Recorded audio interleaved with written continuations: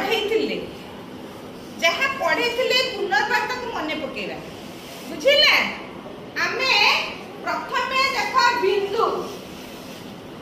बिंदु गोटे डॉट देले ताको बिंदु कह जाए। देख एठी एटा को टिके नजर पका तमाने देख सीधा ठियाव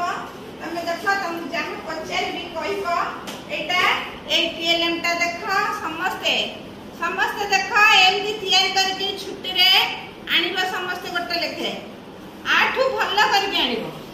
भल करके आनले आमे क्लासरूम रे टंगेबा। देख एटा बिंदु आ एटा होची रेखाखंड तुमको बुझेइतिली जहार दुई प्रांत बिंदु थिबो जहार दुई प्रांत बिंदु थिबो आ एहा होची रश्मि कहले कोन बुझा जहार एक प्रांत बिंदु थिबो अन्य पटटे विस्तृत थिबो हम अनुपस्थित थिला सेतले कि सामने पाठ बुझौची जहार गोटे प्रांत शेष एटा प्रांत माने शेष आउ अन्यटी विस्तृत थिबो लंबी थिबो तेणु एहा को मध्य आमे मापी पाइलानी हले सरल रेखा देख सरल रेखा जहार दुई प्रांत विस्तृत प्रांत नाही आर दुई प्रांत बिंदु नाही यार दुई प्रांत विस्तृत ये एपटे लंबी जाइए से सेपटे लंबी जाइए बुझिला। या को हमें मापी करबा नाही ताले एहा को मध्य हम पढैतिली एहा होची कोन समकोण रो माप केते 90 डिग्री होची समकोण रो माप। देख एहा को एई भली व्यास काटे तमे छुट्टी रे तैयार करके आइबो बुझिला। एहा होची सूक्ष्म कोण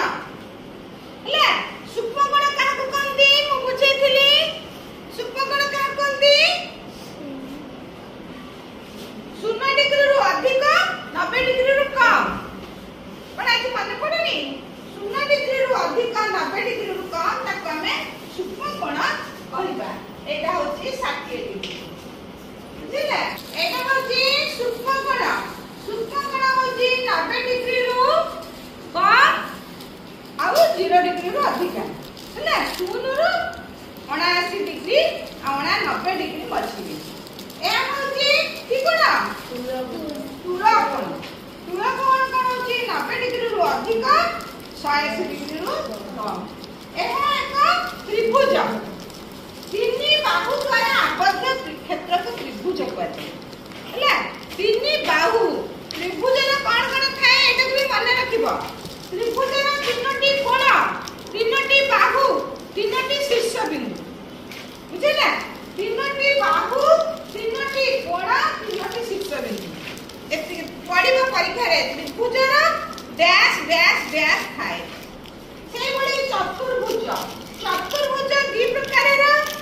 गोटे वर्ग क्षेत्र गोटे आयत क्षेत्र भी हेई परिबो एवं चतुर्भुज तना हले आर चारोटी बाहु चारोटी कोण चारोटी शीर्ष बिंदु आउ गोटे कथा तमे मन रखिबा यार चारोटी कोण 90 डिग्री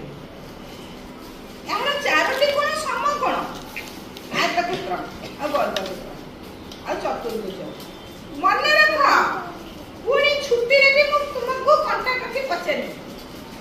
बहुत रिपीट करछि पाठ या होची पंचभुज